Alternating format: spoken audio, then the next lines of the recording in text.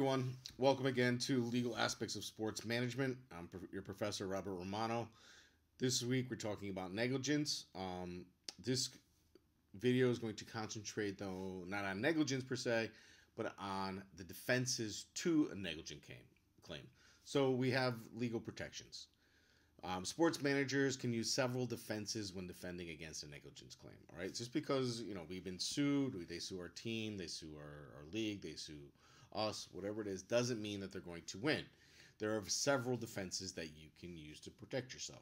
Most of these defenses focus on the plaintiff's conduct themselves, but also focus on taking one of the plaintiff's elements away. All right, so there are a series of legal protections out there that we can use. The first one we talk about is assumption of risk. All right, this is a legal defense by which plaintiff may not recover when they have voluntarily exposed themselves to known or appreciated dangers. This one is used a lot in sports, in the area of sports, right? Because think about it. Baseball players, when they're up to bat, they assume the risk that they may be hit by a baseball. All right, football players assume the risk that they may be tackled, and as a result of that tackle, they may get injured. Basketball players assume the risk when they jump up for a rebound that they may land and twist an ankle or a knee. All right, so there's a series of risk that we assume by just participating in an event. All right, and that's not only for the athletes, but it's also for the fans too. A lot of times at baseball stadiums, the fan, the spectator, the patron assumes the risk of getting hit by a foul ball. All right, so if you go to a baseball game, that many foul balls go into the bleachers, go into the stands, and since you know that, you assume the risk that one may come and hit you. All right, so this assumption of the risk theory is pretty prevalent through sports. The big one is right now that been talking about for the last few years, and there are a couple articles posted on it. If you want, you should read. And that is whether or not athletes assume the risk associated with concussions. All right, so if you're an athlete, you know that you're going to get concussions either through in football, basketball, hockey, soccer, whatever the sport is.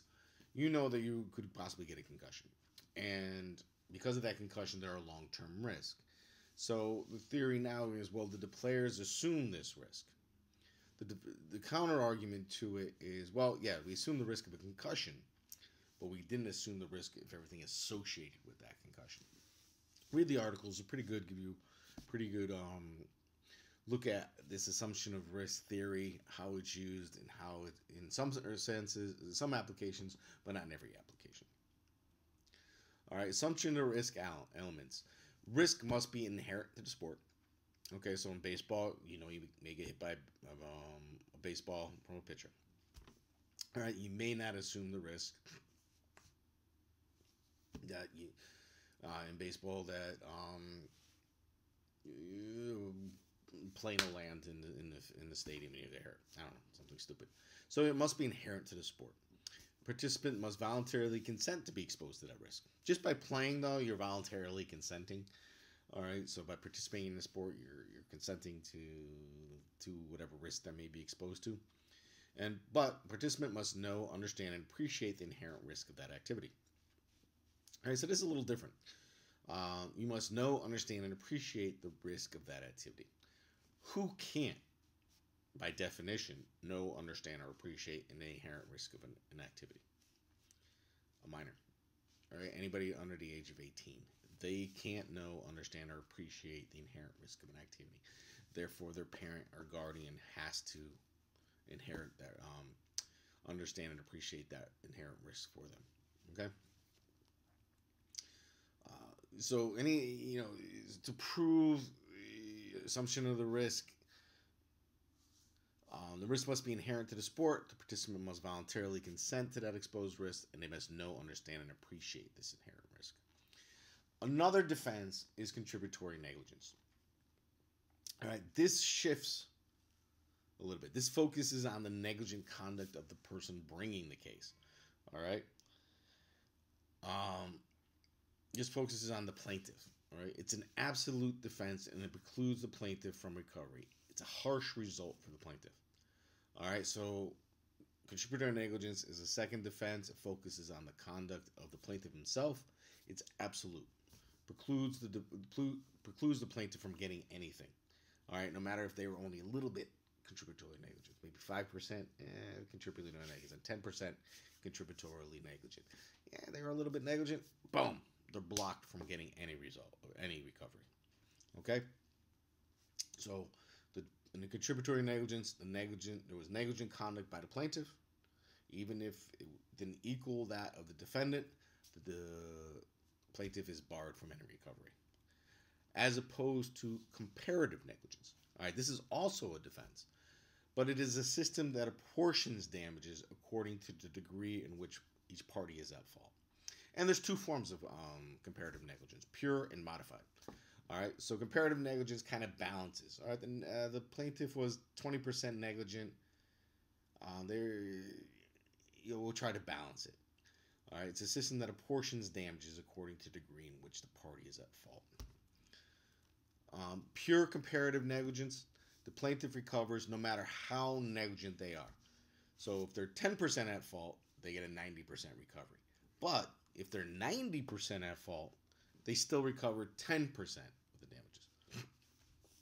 So even if they caused most of the damage, and the other side was 10% at fault, they'll get 10%. Right? This is pure comparative negligence system.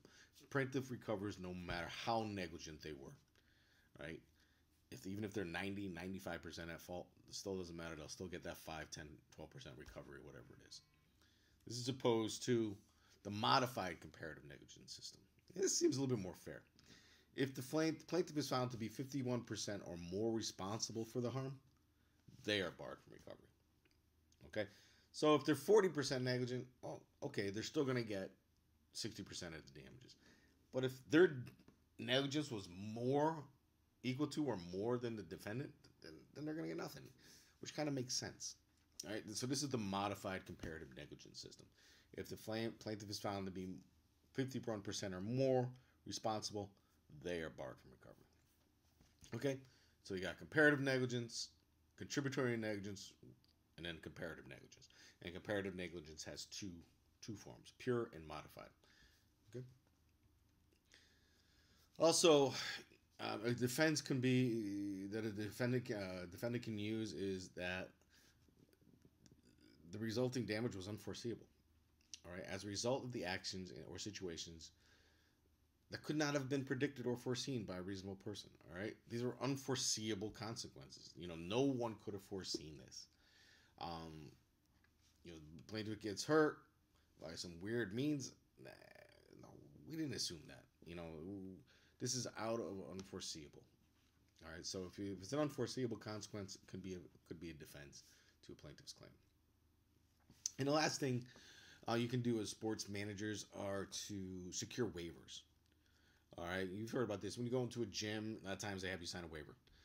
This is a type of legal protection from negligence liability. All right, you're having the gym person, the person coming in to work out, as I like to call them, the person that just brings a check.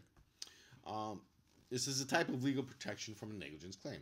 A waiver is a contract used to protect oneself from liability when a person injures themselves at an event or facility. Waivers inform the participant of a risk and shield the organization from liability. All right?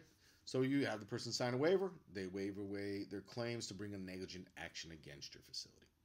All right? If they're negligent or any negligence upon the facility. All right? Thank you. Any questions, again, please give me a call.